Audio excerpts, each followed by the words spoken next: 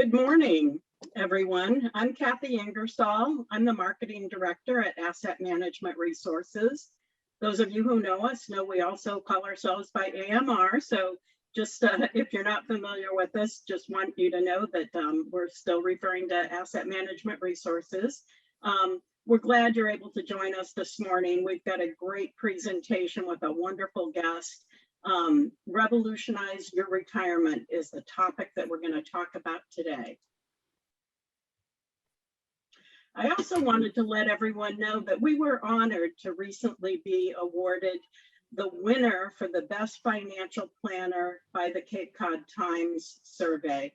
That's a survey where they basically, all the people get to vote for their favorite financial planner, their favorite investment firm. And we were selected as the winner for the best financial planner on Cape Cod. And we were selected as one of 3 finalists for the best investment firm. So we want to thank everybody who voted for us. It means a lot to us, and our clients are the most important reason why we come to work each day. Speaking today will be Chris Boyd. Chris is the founder and the CEO of Asset Management Resources, and our special presenter today is Dr. Dorian Mintzer.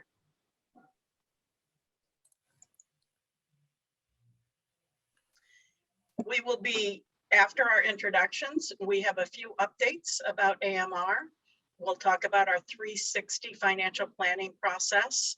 Dorian will present on revolutionizing your retirement, which I am intrigued to hear about that. I've heard her speak on a number of occasions, and she's excellent. And then we'll open it up at the end of the presentation for Q&As, and we'll instruct you how to do that at that time. Wanted to let you know about a couple of events we have coming up so you can mark your calendar. We do these financial webinars that we're doing today quarterly. Our other quarterly webinar that we do is our economic and market update. And we will be doing that webinar on October 13th at 10 o'clock. If you are interested in attending any of our webinars or in-person seminars, you can send us an email or give us a call, and we'll add you to our distribution list, and we'll provide our contact information at the end of this webinar, excuse me. The other event that we have coming up in the near future is a seminar that we will be hosting on October 19th, also at 10 o'clock at the Courtyard by Marriott. The topic is going to be potential impacts of President Biden's political agenda and how it affects your income taxes and investments. Presenting at that will be Chris Boyd, Keats Boyd, who is the president of Boyd & Boyd Law Firm, and Jeff Perry, who is an an investment advisor here at Asset Management Resources.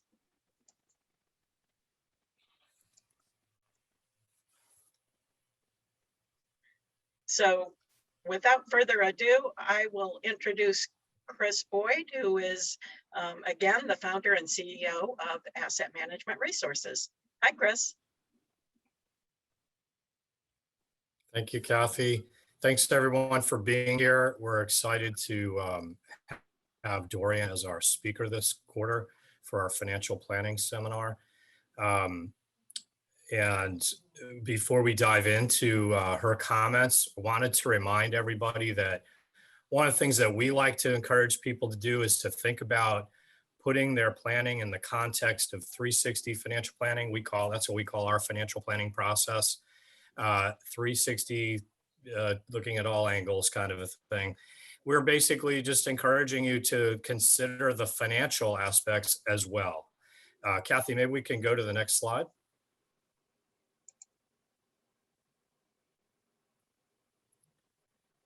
When we talk about 360 financial planning, we're just talking about comprehensive financial planning, where we're looking at not only just the investments, which of course everybody gets most excited about consideration, but we want to look at all the variables that can have impact and consequence to our finances. looking at cash flows, looking at risk considerations, potential pitfalls that we might not conceive of, and do some modeling to see how things project out over time. There's a variety of ways we can look at this. Everyone's situation is a little bit different, and we get the opportunity to see a lot of people's different circumstances, so we bring some experience that can be very helpful.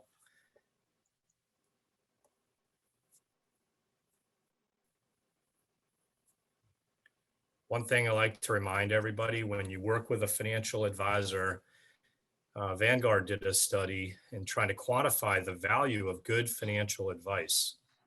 And, we often recognize that there is cost in dealing with good financial counsel.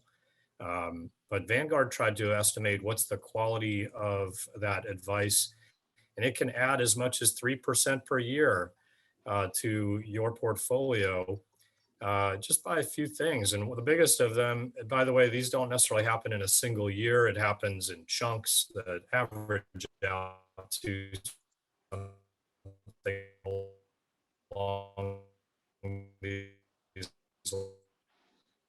lines. But the biggest single factor is behavioral. It's going great, we want more. And when markets are going badly, get me out. And so this is an important part of the equation to help people have a game plan, make sure we're looking at the right asset allocation, the risk tolerance, and then making sure we rebalance to it, pay attention to costs, consider where to draw from when we have requirements for liquidity or cash flow. And so all of these things can add up and quantify as much as about 3% per year. And they don't account for a whole bunch of other considerations that are financial planning considerations, which are on the next page, if we can move ahead, please. So when you're thinking about your financial planning, think about other issues like when you turn on your Social Security can make a huge difference in your the amount of wealth you have over time. Planning how much liquidity to retain, how much cash flow you need, where that's going to come from, whether you should consider a Roth IRA or how to deal with long-term care costs. All of these are variables that we want to give thought to and explore and make sure we have a game plan that works for you. So that's a little bit about the background that we're expecting. And of course, added to that is the portfolio management. And at Asset Management Resources, we have our own process that we use for that. We refer to it as active allocation. It is a strategic asset allocation process with a modest tactical overlay. Okay, Kathy, why don't we go to the next slide? And I want to have the opportunity to introduce Dr. Dorian Mintzer. She is just a great breath of fresh air when it comes to thinking about what is in store for you in retirement and how to make the most of your retirement years. We've recently had the opportunity to have Dorian on our podcast and radio show rather. We have a radio show called Something More with Chris Boyd, airs weekly on Saturdays. And we also have it as a podcast available. But we also do a podcast for the Massachusetts chapter of the Financial Planning Association. And Dorian was kind enough to do both of those programs for us. So with that, she is an author, she is a consultant. She brings so much to the table with her experience and credentials. I'm sure you're going to enjoy our next segment of this presentation by Dorian Mintzer. Let me turn things over to you, Dorian, as you talk about how to revolutionize retirement. Thank you. I'm delighted to be here. Thanks for the introduction. Let me just get there. See if this will work. Great. So there's a lot of things I want to talk with all of you about today, about the longevity revolution. What I was saying just before, unfortunately, my computer froze, is that you just were hearing some of the financial aspects that Chris was talking about. the longevity revolution, the changing landscape of retirement, sort of the non-financial aspects that are such an important part. The process of dealing with change, transition. I like the concept of puzzle because it's a noun and verb and things we need to puzzle out at parts of our life that interact with each other. And just the areas that are so important that are growth opportunities and challenges: work, leisure, family, home, finances, spirituality, purpose, and legacy, the impact of positive psychology, and then the reality of ageism and internalized ageism, how we feel about ourselves, and elderhood, which is really recognizing that with living longer, we have a wisdom and a perspective that's so important that we want to focus on.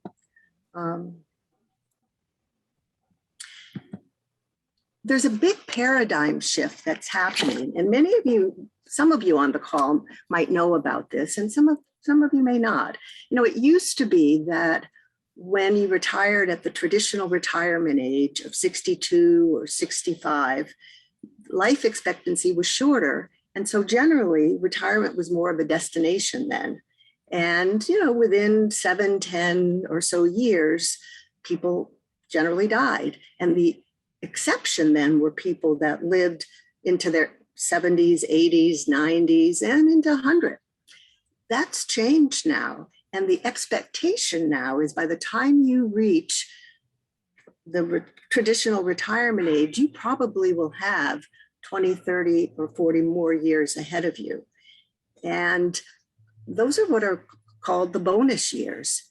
And if you think about it, boomers, I'm one of what's called the leading edge boomers because I was born in 1946, so I'm 75. Boomers always were transforming, you know, different stages of life. And I think the youngest boomers now are 57. So some of you on the call may be in the boomers population, some younger, some older.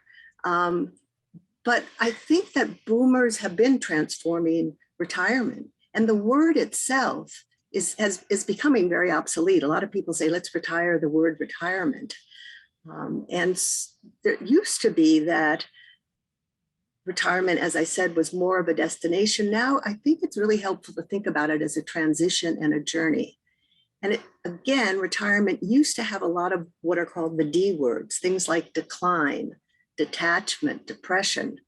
And there's a move of saying, just like my particular brand, revolutionize retirement, but revolutionize, reinvent, rewire, and really focusing on resilience. And it really is important to recognize that for those of us in the second half of life, or some people call it the third stage of life, we've had a lot of ups and downs in life. And it's part of why COVID, as hard as it's been, you know, hasn't impacted our generation as much other than health-wise, because we're used to the ups and downs of life. And it's much harder for younger generations. There's actually an interesting study that Ken Dykewald with his company AgeWave has done, which really looks at the different age segments of people. And those who are older have done better emotionally. Not to say it's been easy. And there's, you know, the fact that we're in the second round of it now, you know, it's impacting all of us. But there is this word resilience, which is so important. And it's important to think about the opportunities that we have, as well as the challenges. No matter how well we take care of our body and our mind, we are aging. And the reality is we all will, at some point, die. And the important thing is living life as fully as we can and really thinking about the notion of becoming more whole as we get older, so that we don't reach the end of our life with regrets, and really embrace becoming an elder and embrace the wisdom, the sense of purpose that we have, the perspective that we have, and to think about our legacy, how we want to be remembered. I think everybody wants to be remembered in large or small ways. And it's not just money-wise, it's just, you know, how we touch people, you know, what's important to us, whether it be, you know, legacy in a big L or a little L. I'd like to help people in thinking about the transition to think about well-being. Marty Seligman, who's considered the kind of father of positive psychology, talks about 3 legs of well-being. And he talks about connection, engagement, and purpose and meaning. And think about, and again, I don't know who's on the call. Some of you may be thinking about retirement. Some of you may be retired, some newly retired, some may have been retired for a long time. But think back to what you got from work. And also, if you have been lucky enough to be a parent, what you got from active parenting, because I think there really are parallels. And in general, when we work, we basically have a reason to get up in the morning. If you're in a relationship, generally it's time together, time apart, although certainly COVID has challenged that, since if you're working from home and both of you are working from home, or one works and one doesn't work, or you're just home, it can be more 24/7. People have said that COVID has sort of helped people have a sense of what retirement could be like, when people are more at home. But generally, in the normal times, if you're working or if you're active parenting, you have a reason to get up in the morning, generally are out of the house, whether it be driving kids to school or going to work. You have a sense of connection with community, engagement, a sense of purpose and meaning, generally self-esteem. All these are important things. So if you're not working, or if your kids are older, you'll always be a parent, and you might always have this sense of what your identity has been through work, but it changes. And so it becomes important to think about, how am I going to build well-being into my life? How am I going to build some sense of connection, engagement, and purpose and meaning? What's going to get me out of bed in the morning? And life doesn't have to be as structured as it was, when we were working or when you were actively parenting. But it is important to think about some structure, something that gets the day going. It can be exercise. It can be a hobby. It can be an encore job. It can be a volunteer position. It can be being with children, grandchildren, nieces, nephews, mentoring, older people, younger people. There's so many opportunities. These are part of the challenges that come.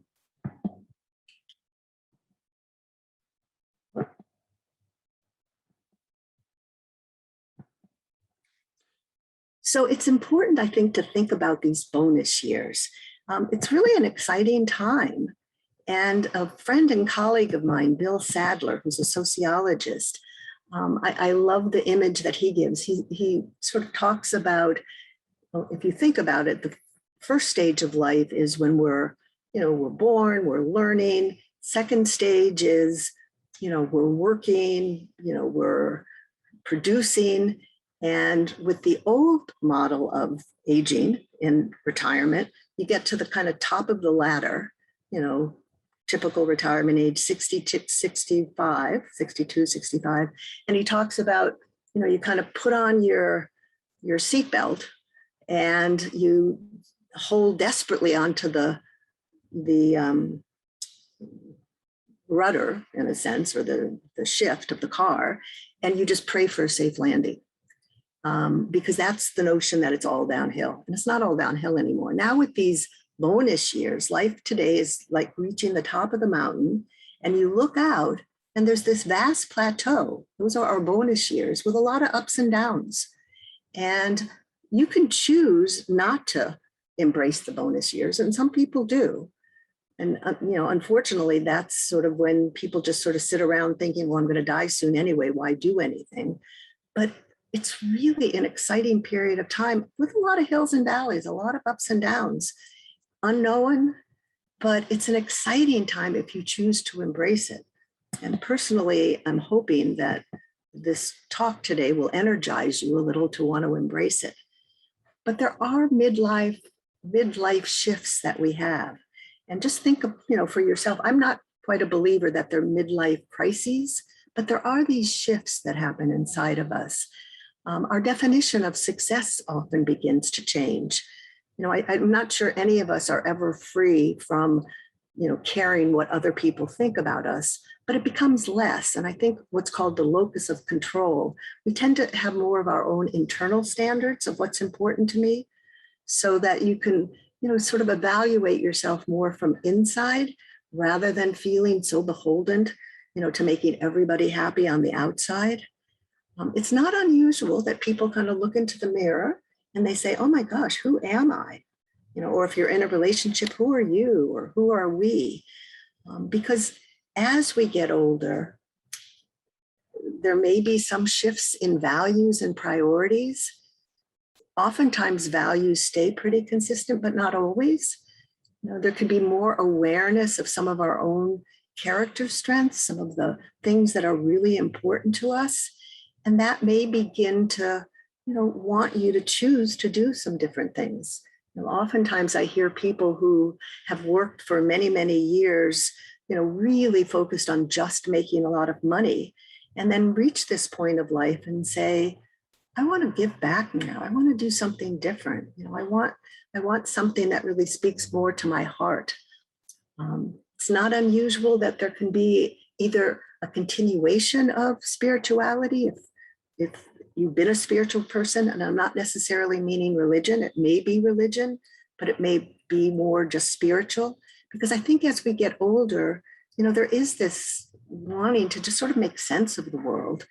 And so people, either try different, orientations, or stick with what they've had, or go back to whatever faith-based beginnings that were part of their life. It's not unusual, but it doesn't happen for everybody.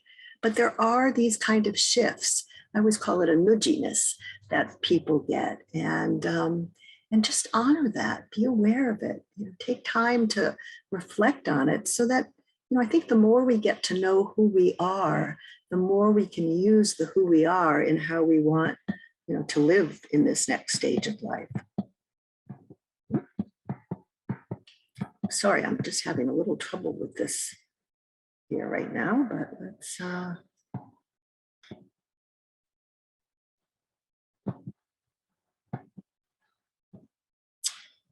I am just having trouble with this here. Can you, here we go. Okay. What I think is important, and I like to have people think about not aging by default, but really focusing on these bonus years, that plateau I mentioned, and to think about, how do you want to grow? How do you want to learn? How do you want to evolve? I'm a believer that learning should be lifelong. And it's really important to think about that and allow yourself. It's like planting a little seed, and deciding how you want to nurture it. It may be that there were things on the back burner that you didn't have time for when, you were younger and having to work so much, learning a language, playing an instrument, letting yourself kind of think about, what would give you a sense of agency in your life and help you learn something new. And if you don't have any hobbies, and sometimes people just work so much that they haven't developed hobbies, allow yourself to think about, who am I kind of post-work? What are the identities I want to develop? In most all communities, I don't know where some of the listeners are from, but pretty much around, not just the United States, but around the globe, there are lifelong learning programs, often affiliated with universities, not always. And I encourage people to think about teaching a class, if you're so inclined, or taking a class. It's a way to build community. I think, this is a little bit of a stereotype, but what I hear so often and see from friends and colleagues and clients is that developing friendships is easier, it tends to be easier for women than for men. As I often say, women can start up conversations, in a bathroom line somewhere, or in the grocery store. Often men who I've spoken to, or when I've done workshops, really are often get really terrified. How am I going to meet people if I'm not working anymore? or if I'm working in a different way, because often work becomes that activity.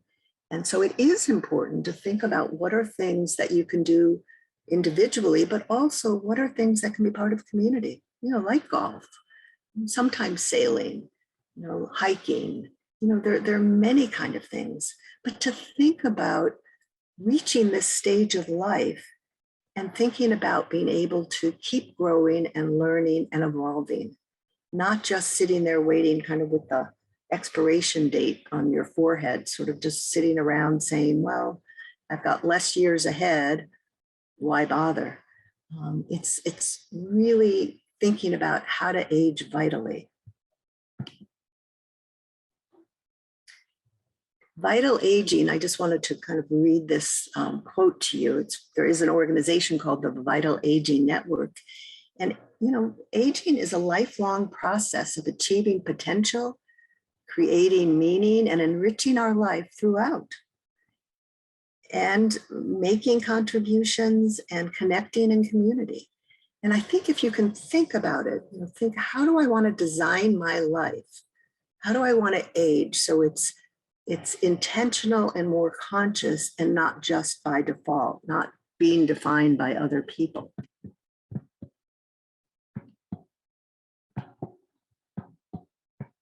Just trying to get to the next slide here. I do not know why this is. I love Mary Oliver's poems, and I'm just going to read you this, part of one of her poems is, tell me, what is it you plan to do with your one wild and precious life? So think about it now. I mean, that's my hope of really wanting you to be able to think about it. And before I get to talking about transitions, there was another slide, which you don't need to see now. It just says research on it. But there's a piece of research that I like to share with people, that by the time you're 65, it's less about genes, less about genetics, and more about parts of your life that you can control. So by the time you're 65, it's 30% genetics and 70% exercising your body and brain, nutrition, spirituality, meaningful relationships, sense of community, that purpose, meaning, connection, engagement. We can't control everything, but there are things we can control. And, taking care of our body and mind, and spirit is part of it. It's part of that well-being that I think is so important. No matter how much money anybody has, if we don't allow ourselves to deal with some of these non-financial parts, you may not allow yourself to live, the fullest life that you can, feeling more whole and being able to think about, who am I, separate from my work identity. Work is one part of an identity, but it's only one part. So it's helpful, as I said at the beginning, to kind of rethink retirement. It's not a destination anymore, but it's a transition. And like with all transitions, there's an end, there's a period of unknown, and there's a new beginning. And it's helpful. So all of you, just think for a moment, at different transitions in your life, do you tend to have more trouble with the ending, with the unknown, or with the new beginning? Just think for a moment, because it can help inform you of how you're dealing with this particular stage of life. Do you have trouble with part of it, some of it, none of it? If you're in a relationship or, have friends, it's kind of interesting, to ask them too, how do you deal with transitions? And it may help you appreciate where maybe at times you feel stuck or, uncertain. Bruce Feiler, who's written a lovely book on Life is in the Transitions, talks about transitions. He says the long goodbye, the messy middle, and the new beginning. And some people can feel kind of caught in the messy middle. And even if you've been retired, if you're on the call and you've been retired for a long time and things are going fine, but it feels like something's missing, it may be important to think about, is it time to mix it up a little bit and to think about, what else do I want to do? I find oftentimes in my work, in my coaching work, sometimes I'll work with pre-retirees, sometimes, people just starting out, but then oftentimes people, after a few years, might say, something's missing. I'm happy. I don't understand what's going on. And often it is needing to rethink, do I want to still use my skills in another way? Do I, even if I don't need to earn money, do I want to? Do I, would that be important? Or is volunteer work fine? And again, not just busy work, but meaningful volunteering. There's, as I mentioned earlier, there's so many sort of exciting intergenerational volunteer opportunities, or faith-based opportunities, or political causes, or environmental causes, or social justice causes. So there's so many ways that we can make our life fuller and be able to think about ourselves in different ways. Actually, the over 50 population is the fastest growing segment of people becoming entrepreneurs. People say, I don't want to ever work for, a boss anymore. I want my own work.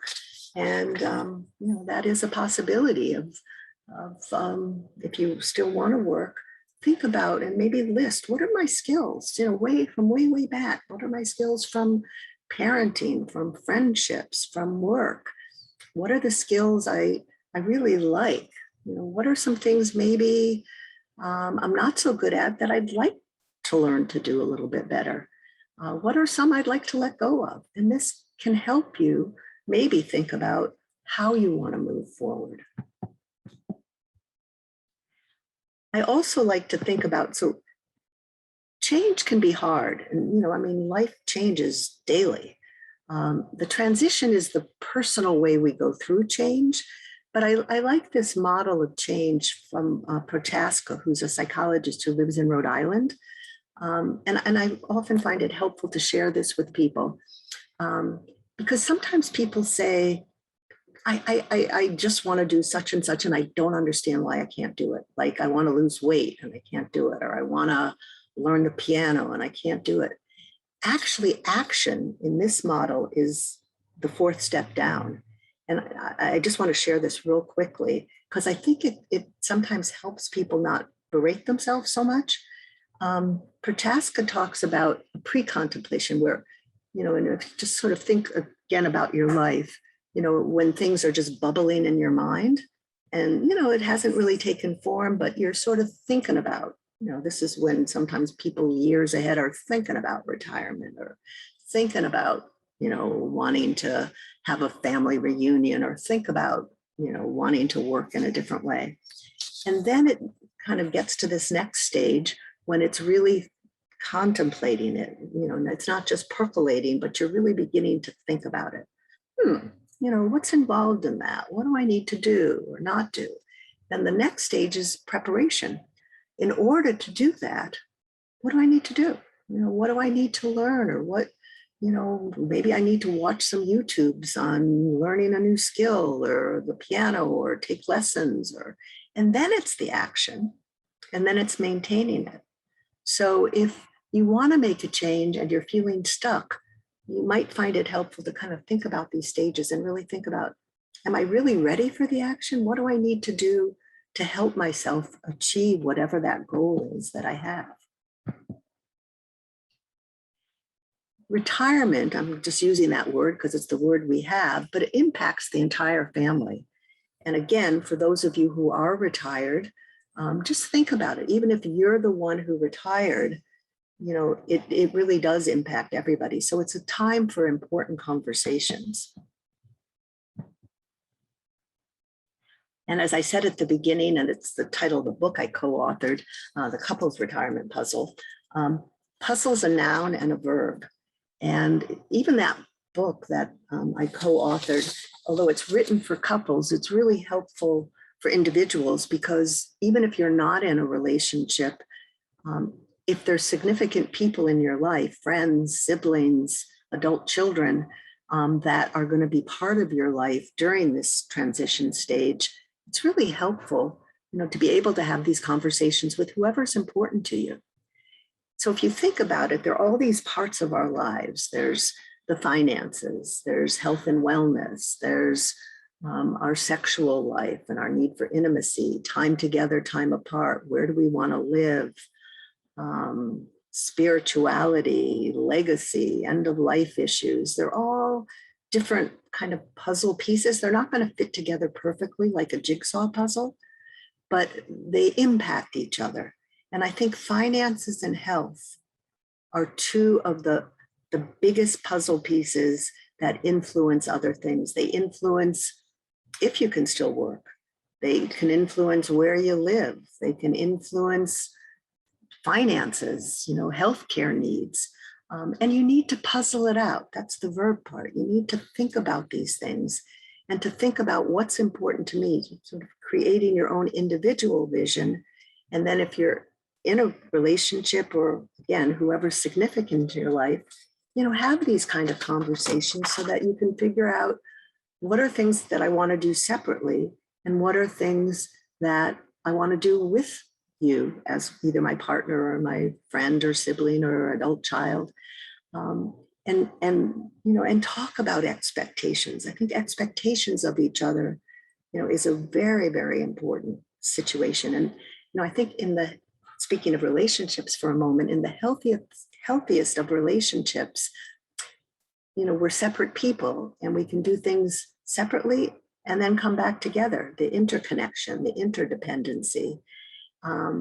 But if you expect that when I'm not working, I'm going to, I want to do everything with you and your partner doesn't want to do that, you're in for some conflicts about that. And so I think talking about expectations and talking about sort of the shifting roles, if you're both home more, maybe the way things had been don't work as well. And, it's important to really have these conversations. I just sort of mentioned that, so I want to just move onward here because I see the time. And again, well-being is a combination of, physical, mental connection, engagement, spirituality, work, emotional, it's all important. But here's some questions that I think can help you puzzle out what's important for you, whether individually or part of a relationship. I'm just going to kind of mention them and you can come up with your own questions too. But what have you always wanted to do, but you haven't done? What are your biggest goals and dreams? Even if they had to be put on the back burner, what were they? What are they? It's important to still have dreams. I mean, sometimes we have to change them as we get older. Like if you used to and love hiking, but your knees don't like it so much, or your balance is a problem, maybe it's walking, or maybe you need to sort of figure out how to change the dream. We all need dreams though, but we need to sort of be optimistically realistic on what we can do. And just as an aside, in terms of the vital aging, you can have multiple chronic illnesses, you could have terminal illnesses, you still can feel and live a vital, full life and become more whole. Mindset, attitude is so important. There's actually a study out of Yale, Becca Levy, who says that a positive attitude of aging can add 7 to 7.5 years of life. So if you're negative and you're kind of letting yourself go down the negative rabbit hole, you'll go there.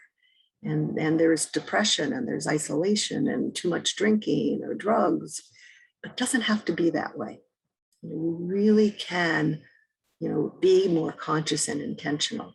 But again, back to some of these questions. If unlimited money, what would you want to do alone or together?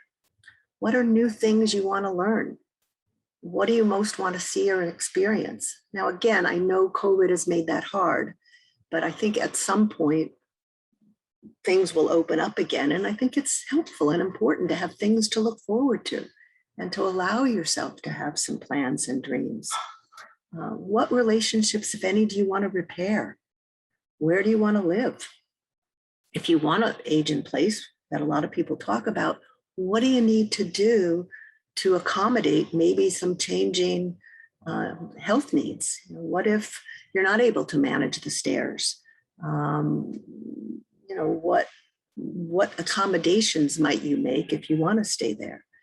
I'm seeing more people sort of moving into intergenerational situations of, you know, multiple generations in a household, you know, so that people can sort of help take care of each other.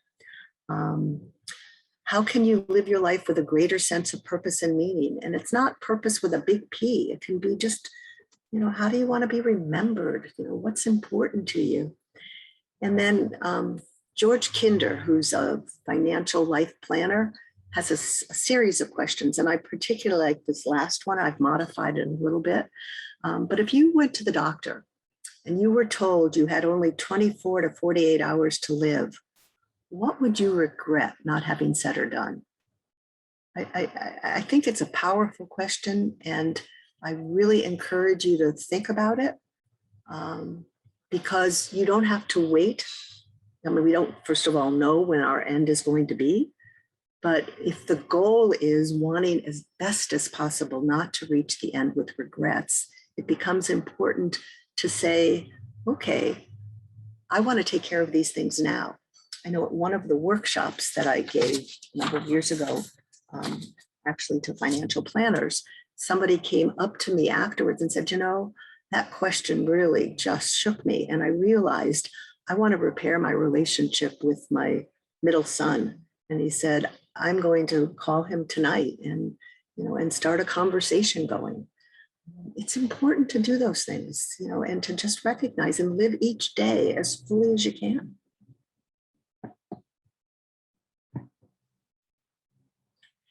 Other things to think about, you know, what are 10 things you've done in your life that really were kind of key, wonderful things that made you happy? You know, who was there? What was the thing? You know, what was it? What were the feelings? You know, it's helpful sometimes to think about it and then to think about what are the kinds of experiences I want to create for myself in my life. You know, as you reflect on your past, take some time for what's called a life review. What are 3 to 5 things you're really proud of and why? And again, being able to think about it and think about, what are some things I can still build into my life that will give me a sense of pleasure? What are 5 losses, things that you're going to miss if you're not working, that you have to leave behind, or if you're going to move? It's helpful to think about that. You know, a lot of people, I mentioned about transitions in the past, a lot of people don't necessarily think about the retirement as much about the endings and about grieving. It's actually kind of a disenfranchised grief. Oftentimes if people aren't working, people say, well, why are you sad? You know, you should be happy. You know, you've got all this free time now, but there's still losses. So what are things that, you know, in the giving up, sometimes we have to give up something to make more room and space for something else. What are 5 gains? What are things you're looking forward to? Just going to move along a little faster here because I want time for questions. But I mentioned at the beginning, ageism, unfortunately, is alive and well. And, you know, if you want to work, there are places, you know, I mean, that's a whole other issue, but I think that it's important to recognize that often we need to be role models. We need to educate people about why it's great actually to be older, that we have wisdom, we have perspective, we have resilience. We've learned a lot in our life. There's a lot of flexibility. But there's also something called internalized ageism. And we need to be careful about it. You know, a lot of people say, well, 60 is the new 40 or 70 is the new 50. That's still holding on just to youth, as though there's something wrong with being older. I prefer to say 70 is the new 70, 60 is the new 60, you know, to be proud of ourselves, you know, and again, to harvest the wisdom and the perspective that we have, and to think about being an elder. I mean, nobody quite knows what word to use, but I like the term elderhood. And there's actually an organization called SAGEing, SAGE-ING International, which has wonderful programs. There's actually a virtual conference coming up. It's all about developing this new identity of elderhood, you know, of harvesting your wisdom, thinking about a life review, living with purpose, leaving a legacy. So it's important to think about reframing aging. It's not all desperation. You can have a lot of aspiration. Become what Chip Conley calls a modern elder. Be a role model. There's actually more freedom, kind of less worry, opportunities for more fun, but you may have to change the dreams. You can reinvent, not just retire from life, but reinvent your life and develop what I like to think of, and I think I got the term actually from Bill Sadler, who I mentioned earlier, sociologist, optimistic realism. Like with exercising, at 75, I can't exercise like I did when I was 40. I mean, I will hurt myself if I try to do that. I need to be realistic, or if I have chronic illnesses or a terminal illness, there may be modifications I need to make in my life, but I still need dreams. And to stay in the game, I mean, there can be a new sense of urgency. I mean, the reality is we know there's less time ahead than behind, and to recognize that. And I want to end with just a little poem that I'll just read to you. There is a slide for it, but instead of trying to find it, I'm just going to read it to you. It's by Rilke, who's a German poet. There it is. Be patient toward all that is unresolved in your heart, and try to love the questions themselves, like locked rooms or books that are written in a foreign tongue. The point is to live everything. Live the questions now, and perhaps you will then gradually, without noticing it, live your way some distant day into the answers. And so let yourself have questions, be curious about life, let yourself integrate the different parts of yourself, develop, new identities, ask questions, and really recognize there are these opportunities if you so choose to take them. So I'm going to end here. I know I went on a little longer, and I am so sorry that I had that Zoom problem at the beginning, but life happens when you're busy doing other things. So That's right. Don't worry about it at all. It was well worth it. Worth the wait. Kathy, why don't you take over the screen, and we could perhaps bring up a page or two that books and are able to do. Chris, we're having a little trouble with your sound. Sorry about that. More of the same. That's been par for the course, I guess, today. Technology is not our friend today. Not today. Could you bring up the slides maybe where Dorian left off so she could share her my contact books thing, yeah. and website information? Right, thanks. I can maybe get to that. I forgot. Okay, so on my website, which is revolutionizeretirement.com, there are a number of books. The one in the middle is the one I co-authored, and I've contributed to these other books. Some are through the Retirement Coaches Association. Honoring the Art of Our Lives is the first in a series that I'm going to do, which is from interviews. So the next slide, if we can just get to that in a minute, has my contact information. But I do want listeners to know on the fourth Tuesday of every month, except December, because it's too close to the holidays, I have a free webinar series. And you have to sign up the week before. It's free. It's open to professionals and the public. And I interview, over the years, I've met so many incredible people who've written books, who, gives talks, all sort of in the field of aging, both the inner and external kind of world of aging. And I just decided I wanted to bring them to both professionals and the public. And it's at noon Eastern time, fourth Tuesday of each month. Sign up always begins the week before at revolutionizeretirement.com or revolutionizeyourretirement.com. Both will get you there. And if you sign up, even if you can't be there live, you will get a recording link after the call. So I just want people to know about that. And I think the next slide just has my contact information. We can get to that for a moment there. And so if anybody wanted to be in touch with me through revolutionizeretirement.com, or my email is dorian@dorianmintzer.com. So thank you for bringing it back to those last slides, Chris. I appreciate that. Sure. Want to make sure everyone knows how to contact you if they should want to get some further information. We did have a question as well from Rosalind, whether she missed some of the presentation and whether it would be available. It will be available on amrfinancial.com in the client section. We'll have this webinar available on through YouTube for quite a while. So you'll have an opportunity to find it there as well.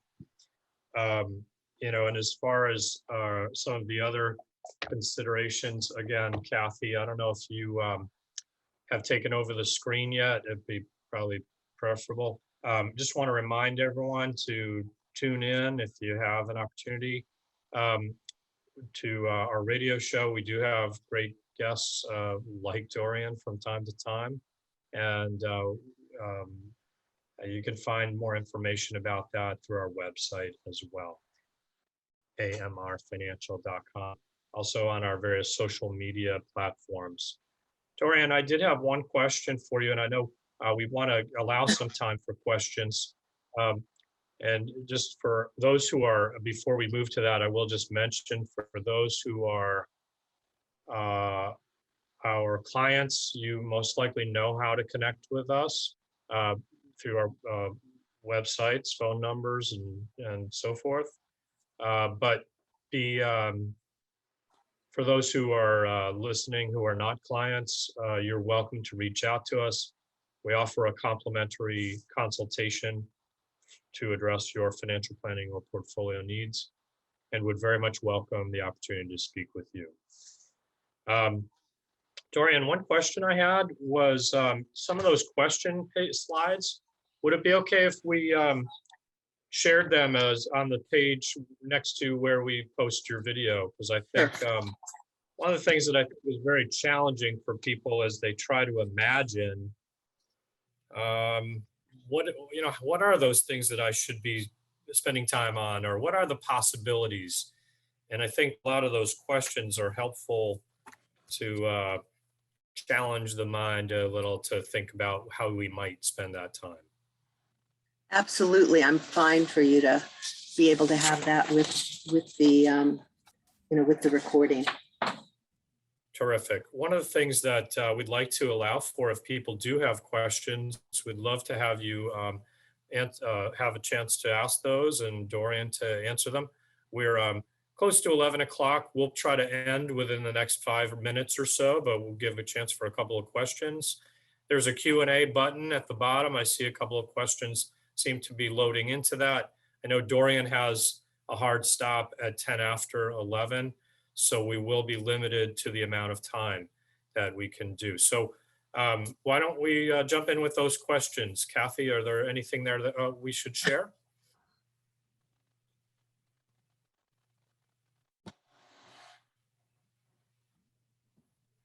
Kathy, I think you're muted. Sorry about that.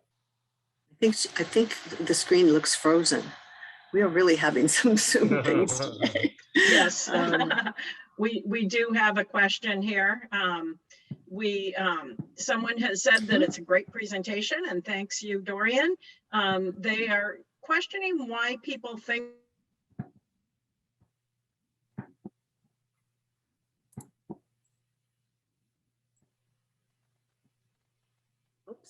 we lost the back half of that question. Why do you think our culture is so focused on accumulating wealth? That's a very interesting question. Can people hear me? It looks like I'm frozen now. I can hear you. Your camera isn't coming through, but your sound is, so you're fine. Okay. I mean, I think that is a interesting question. I mean, I just think that, you know, in our society, earning money, you know, has been important. I mean, we live in a, I guess our country is founded on the, you know, the Puritan work hard, you know, earn money kind of situation. And certainly there are pros and cons. And I think we just lost Dorian. I'm sure she'd have more to offer. We'll see if she can jump back in. I'll take a crack at that as well. And I think that, you know, there's a utilitarian aspect to this. I'm sure that, you know, certain amount of necessities. We are in a society that is certainly a consumption driven society. And that creates a certain amount of aspect of this with the confusion of wealth equals happiness. That's obviously not the case. And so it becomes a matter of trying to balance these priorities of finding a path that brings you fulfillment, but at the same time having the financial resources to make work optional at a certain point in life. And not everyone has that opportunity. We're fortunate in our society to have that opportunity. Well, I'm very sorry that we did lose Dorian at the end. We've just had just an unfortunate amount of technical difficulties in our presentation today. In any case, I do want to thank all of you for attending and participating, and be aware that we will have more programs like this. We have our quarterly economic and market outlook planned for October 12th. Be sure to come back for that as well. Okay, with that, I think we should wrap things up, and thank you all for being with us. Check the recording if there's part of it you missed on amrfinancial.com. Until next time, keep striving for something more, I guess, right? All right, thank you. Bye-bye.